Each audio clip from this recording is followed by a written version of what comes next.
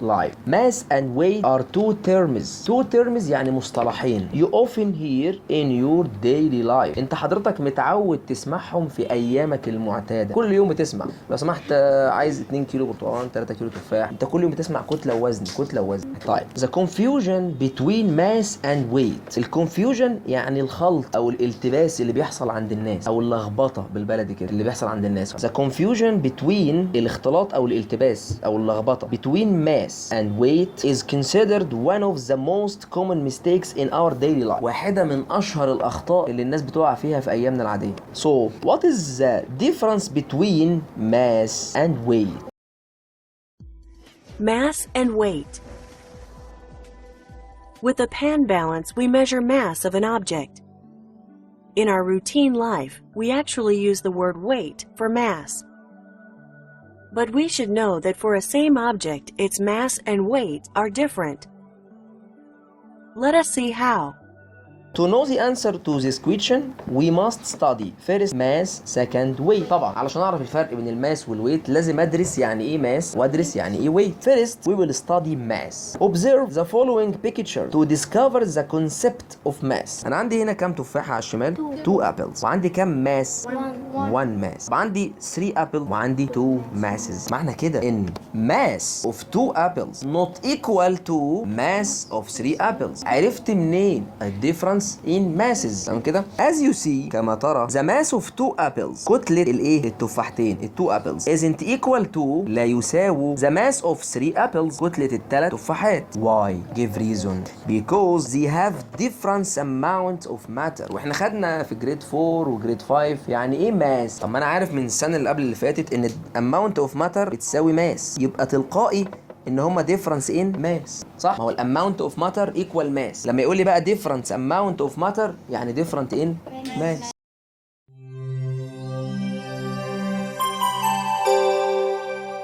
Measure mass in kilograms. On one side of the balance is a packet of peas. On the other side of the balance is a 1 kilogram weight. The balance is level.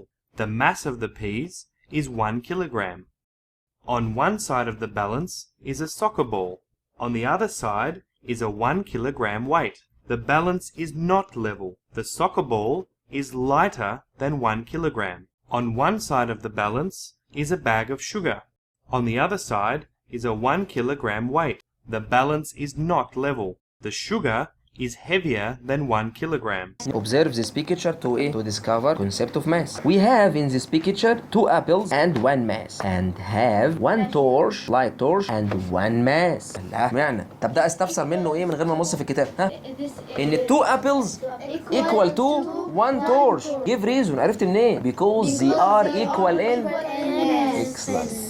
ولكن the mass of 2 apples is equal to the mass of searchlight. هو اسمه searchlight اسمه torch مش هتفرق معايا. Why? Because both of them have 2 equal amount of matter. طب لو حبيت اشيل amount of matter اكتب مكانها mass. So what is the definition of mass according to the previous explanation؟ طبقا للشرح السابق. Mass أو from previous examples we conclude mass it is the amount of matter in an object. So mass has properties. The properties of mass. We have 3 properties of mass. Number 1. All matter have mass whatever their physical state. We have 3 physical states. Material divided into 3 types of state. Liquid state, gas state, solid state. All matter have mass whatever their physical states. أيا كانت بقى solid, liquid, gas. The second property that mass depends on the amount of matter. الله استمتع بقى بالساين. Mass دي بتيجي في امتحان complete. Mass depend on تعتمد على depend on amount of matter. So the mass of an object increase تحتها مليون خط. Mass of any matter is a fixed value and it doesn't change ولا تتغير by change place of matter. تاني number 3. Mass of any matter is a fixed value and it doesn't change by changing the place of matter. لا تتغير بتغير المكان. ادي example لطيف اهو. By by measuring the mass of an object on the Earth's surface. خلاص انت قسته كتلته فين؟ على الارض. then يعني ثم then measure the mass of the same object نفس المادة نفس الجسم on the moon surface. then measure the mass of the same object on the moon surface. We will note that its mass isn't because mass is a fixed value. يبقى هو ده اللي احنا قلنا عليه confusion. خلاص كده فهمنا. object's mass on the Earth's surface is 250 جرام 250 جرام ولما طلع بيه على القمر لقى برضه 250 جرام. measuring units of mass وحدات قياس الكتلة ودي خدناها برضه في جريد 4. mass is measured in grams. Welcome to Moo Math and Science. In this video, I'd like to talk about metric mass. Mass is how much matter is in an object. Grams, kilograms, and tons are the three most common measurements of mass in the metric system. The SI unit for mass, the base unit, is the kilogram. A gram, which is written with a small g, weighs about the same as a paper clip.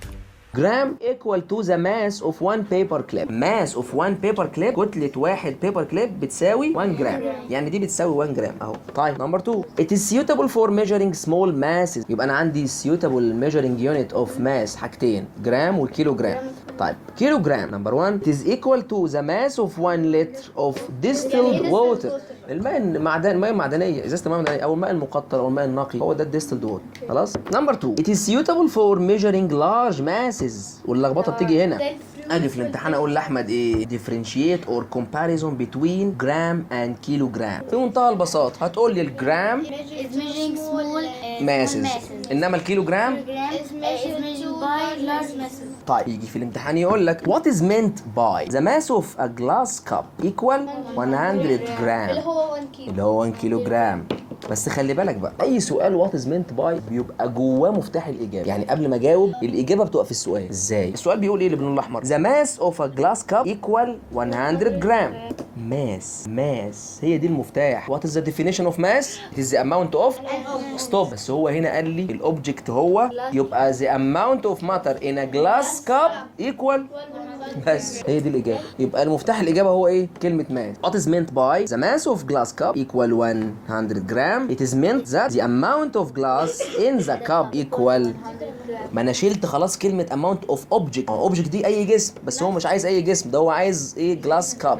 measuring devices of mass. طب انا ممكن اقول لك في الامتحان بدل device دي اقول لك tools. mass is measured by different types of scales. عندي بقى types of scales are two arms scales such as balance scale, sensitive scale او sensitive balance scale وعندي sensitive two arms scale وعندي كمان one arm scales. زي ايه؟ يجي يقول لك في الامتحان comparison between two arms scales one arms scale. قارن بين الموازين اللي ليها كفتين والموازين اللي ليها كفه واحده. two arms scale such as balance scale and sensitive scale. one arm scale such as one arm digital scale and one arm scale with pointer. خلي بالك بقى نيجي للكومباريزون نمبر 2 او المقارنه الثانيه ان two arms scales suitable for measuring large masses انما ال one arm scales suitable to measure small masses. note number 1 the balance scale and one arm scale with a pointer are used to ويقول لك نقط as نقط cheese, vegetables, fruits. balance scale and one arm scale with a pointer are used to measure large masses as cheese and vegetables. note number 2 the sensitive two arms scale and one arm digital scale are used to نقط measure small masses as نقط. والسؤال بيجي كده في الامتحان فعلا بيجي كده as نقط. تمام هقول لكم يعني ايه الكلام ده. sensitive two arms scale and one arm digital scale are used to measure small masses as gold and chemicals. chemicals المواد الكيميائيه. هوزن المواد الكيميائيه على ميزان الكبير ليه؟ باصلا الميجرنج يونت بتاعتها الجرام. activity number 1 to know how to measure mass of solid object by using balance. التولز اللي انت محتاجها balance scale standard masses. واجيب object لازم يبقى عندي object اوزنها وليكن مثلا apples تفاح that we need to measure it mass. steps خطواتك ايه؟ number 1 put a clean balance scale horizontally on a stable shelf. ليه لازم احط الميزان على سطح مستوي؟ to avoid vibration. الاهتزازات to avoid vibration. اجيب reason put a clean balance scale horizontally on a stable shelf. الإجابة to avoid any vibration of the balance scale، لتجنب وجود أي اهتزازات، لازم يكون محطوط على مكان مسطح بشكل أفقي كده. نمبر 2 put the object اللي هو الابلز في الحالة دي on one of the two arms، على واحدة من الكفتين، and the standard masses والكتلة القياسية بتاعتك on the other arm على الكفة التانية until the two arms balance. نمبر 3 add up the written numbers، سجل بقى عندك الرقم اللي هيطلع ده. طيب conclusion بقى، الاستنتاج ايه بتاعك؟ mass of any solid object، كتلة اي جسم صلب is equal to، بتساوي the total mass of the standard masses. بس ان التوتال ماس اوف ستاندرد ماسز، ان القيمة الكلية للستاندرد ماسز اللي حطيتها هي دي الماس اوف اوبجكت. we must be sure that they are similar in unit. كده نكون انتهينا. ارجو تسمع المقطع مرة واثنين وثلاثة. اذا كان في حاجة مش واضحة قدامك ما تستناش واسألني فورا، ان شاء الله اجاوبك على طول، سواء تسألني هنا تحت الفيديو او تسألني على الجروب اللي هتلاقيه برضو موجود مع الديسكريبشن او الوصف بتاع الفيديو. كان معكم مستر محمد الصادق.